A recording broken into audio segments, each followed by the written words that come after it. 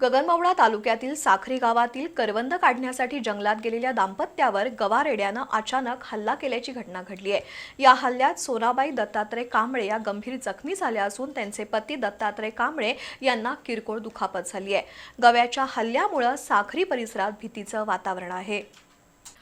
गगनबावडा तालुक्यातील साखरी गावच्या सोनाबाई कांबळे आणि दत्तात्रय कांबळे यांच्यासह काही महिला करवंद काढण्यासाठी जंगल परिसरात गेल्या होत्या।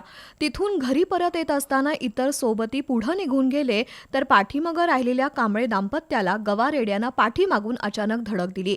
या जोरदार धडकेत सोनाबाई कांबळे गंभीर जखमी झाल्या। त्यांच्या हाताला जबर मार लागून कोपरापासून हात मोडल्याचं सांगण्यात आलं। तसंच डोक्याला गंभीर दुखापत झाली आहे। तर पती दत्तात्रय कांबळे यांनाही किरकोळ मार लागलाय। या घटनेनंतर ग्रामस्थ, ग्रामपंचायत सदस्य, आरोग्य विभाग आणि वन विभागाच्या मदतीनं तत्काळ मदत कार्य करत दोघांनाही उपचारासाठी कोल्हापुरातील खासगी रुग्णालयात दाखल करण्यात आलंय। या घटनेमुळे साखरी परिसरात भीतीचं वातावरण निर्माण झालंय।